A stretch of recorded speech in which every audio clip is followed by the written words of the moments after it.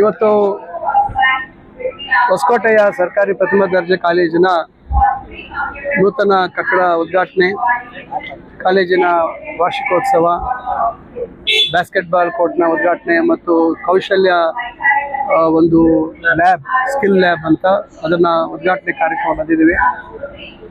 ಭಾಳ ಹೆಮ್ಮೆ ಆಗುತ್ತೆ. ಒಂದು ಸರ್ಕಾರಿ ಪ್ರಥಮ ದರ್ಜೆ ಕಾಲೇಜು ಖಾಸಗಿ ಕಾಲೇಜಿಗೆ ಯಾವುದೇ ರೀತಿ ಕಮ್ಮಿ ಇಲ್ಲದ ರೀತಿಯಲ್ಲಿ ಇವತ್ತು ವಿನ್ಯಾಸಗೊಂಡು ಇವತ್ತು ಅಭಿವೃದ್ಧಿ ಆಗಿದೆ. ಇದು ಕಳೆದ ಎರಡೂವರೆ ವರ್ಷಗಳ ಹಿಂದೆ ಬಂದಂಥ ಸಂದರ್ಭದಲ್ಲಿ ನಾನು, ನಮ್ಮ ಶರತ್ ಅವರು, ಸ್ಥಳೀಯ ಶಾಸಕರು ನಾವು ಮಾತಾಡಿಕೊಂಡು ಹೊಸ ರೂಪ ಕೊಡಬೇಕು ಅಂತ ಹೇಳಿ ಇದಕ್ಕೆ ನಮ್ಮ ಪ್ರಯತ್ನ, ಅವರ ಸಂಪೂರ್ಣ ಒಂದು ಸಹಕಾರ ಮತ್ತು ಪ್ರತಿಯೊಂದು ಹಂತದಲ್ಲೂ ಅವರ ಭಾಗವಹಿಸುತ್ತೆ. ಯಾಕಂದರೆ ನಾವು ಏನೋ ಒಂದು ಅನುದಾನ ತಂದು ಕಟ್ಟಿ ಅಂತ ಕೇಳಿದಾಗ ಅದು ಗುತ್ತಿಗೆದಾರರು ಅಥವಾ ಇಲಾಖೆಯವರು ಯಾವ ರೀತಿ ಅವ್ರಿಗೆ ಇಷ್ಟ ಬಂದಂಗೆ ಕಟ್ತಾರೆ. ಒಬ್ಬ ಜನಪ್ರತಿನಿಧಿಯಾಗಿ ಪ್ರತಿಯೊಂದು ಹಂತದಲ್ಲೂ ಅದರಲ್ಲಿ ಭಾಗಿಯಾಗಿ ಈ ರೀತಿ ಇರಬೇಕು, ಆ ರೀತಿ ಇರಬೇಕು ಅಂತ ಹೇಳಿ ಒಂದು ಪ್ರಯತ್ನದ ಫಲ ಇವತ್ತು ಇಷ್ಟು ಸುಂದರವಾಗಿ, ಆಕರ್ಷಣೀಯವಾಗಿ ಇವತ್ತು ಮೂಡಿ ಬಂದಿರತಕ್ಕಂಥ ಈ ಪ್ರಥಮ ದರ್ಜೆ ಕಾಲೇಜು ಬರೀ ಕಟ್ಟಡದ ಒಂದೇ ಅಲ್ಲ, ಶೈಕ್ಷಣಿಕವಾಗಿ ಕೂಡ ಅವರು ಬಹಳಷ್ಟು ಅವರ ಶ್ರಮ ಆಗ್ತಾ ಇದ್ದಾರೆ. ಮಕ್ಕಳಿಗೆ ಹೆಚ್ಚು ಉದ್ಯೋಗ ಅವಕಾಶಗಳು ಲಭಿಸುವಂಥದ್ದಕ್ಕೆ ಮಾಡ್ತಾ ಇದ್ದಾರೆ. ಸುತ್ತಲೂ ಇರ್ತಕ್ಕಂಥ ಕೈಗಾರಿಕೆಗಳ ಒಂದು CSR ಫಂಡ್ ಮುಖಾಂತರ ಕೂಡ ಇವತ್ತು ಮಕ್ಕಳಿಗೆ ಕೌಶಲ್ಯ ಆಧಾರಿತವಾಗಿ ತರಬೇತಿಗಳನ್ನು ಕೊಡುವಂಥ ಕೆಲಸ ಮಾಡ್ತಾ ಇದ್ದಾರೆ. ಮತ್ತು ಇನ್ನು ಪಾಲಿಟೆಕ್ನಿಕ್ಕು ಈ ವರ್ಷ ಶುರುವಾಗ್ತಾ ಇದೆ ಅವರ ಒಂದು ಶ್ರಮದಿಂದ.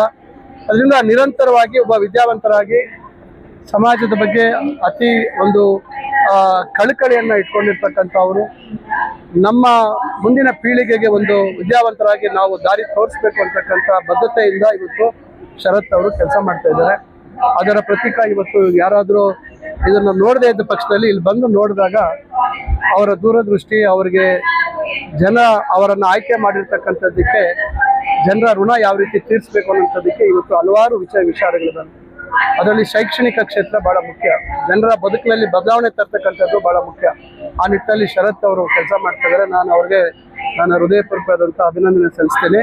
ಇನ್ನು ಇಂಥ ಕೆಲಸಗಳು ಬಹಳಷ್ಟು ಅವರು ಮುಂದುವರಿಸಲಿ ಅಂತ ನಾನು ದೇವರಲ್ಲಿ ಪ್ರಾರ್ಥನೆ ಮಾಡ್ಕೊಳ್ತೇನೆ. ದೆಹಲಿಯಲ್ಲಿ ಈಗ ನಮ್ಮ ವರಿಷ್ಠರು ನಮ್ಮ ಮುಖ್ಯಮಂತ್ರಿಗಳನ್ನ, ಉಪಮುಖ್ಯಮಂತ್ರಿಗಳನ್ನ ಚರ್ಚೆಗೆ ಕರೆದಿದ್ರು. ಈಗ ಬೆಳಗ್ಗೆ 11 ಗಂಟೆಗೆ ಅವರ ಸಮಯ ನಿಗದಿ ಆಗಿತ್ತು. ಏನು ವಿಷಯ ಅಂತಕ್ಕಂಥದ್ದು ನಮ್ಗೆ ಯಾರಿಗೂ ಗೊತ್ತಿಲ್ಲ.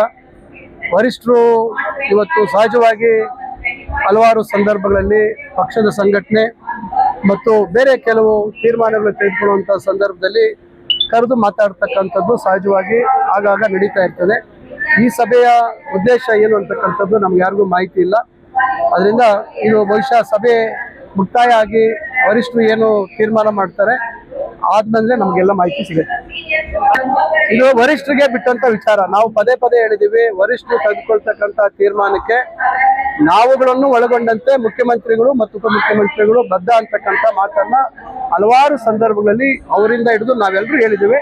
ಈಗಲೂ ಅದೇ ಮಾತಿಗೆ ನಾವೆಲ್ಲ ಬದ್ಧ. ವರಿಷ್ಠರ ತೀರ್ಮಾನ, ಏನ್ ತೀರ್ಮಾನ ಕೈಗೊಳ್ತಾರೆ ಅದಕ್ಕೆ ನಾವೆಲ್ಲರೂ ಬದ್ಧ.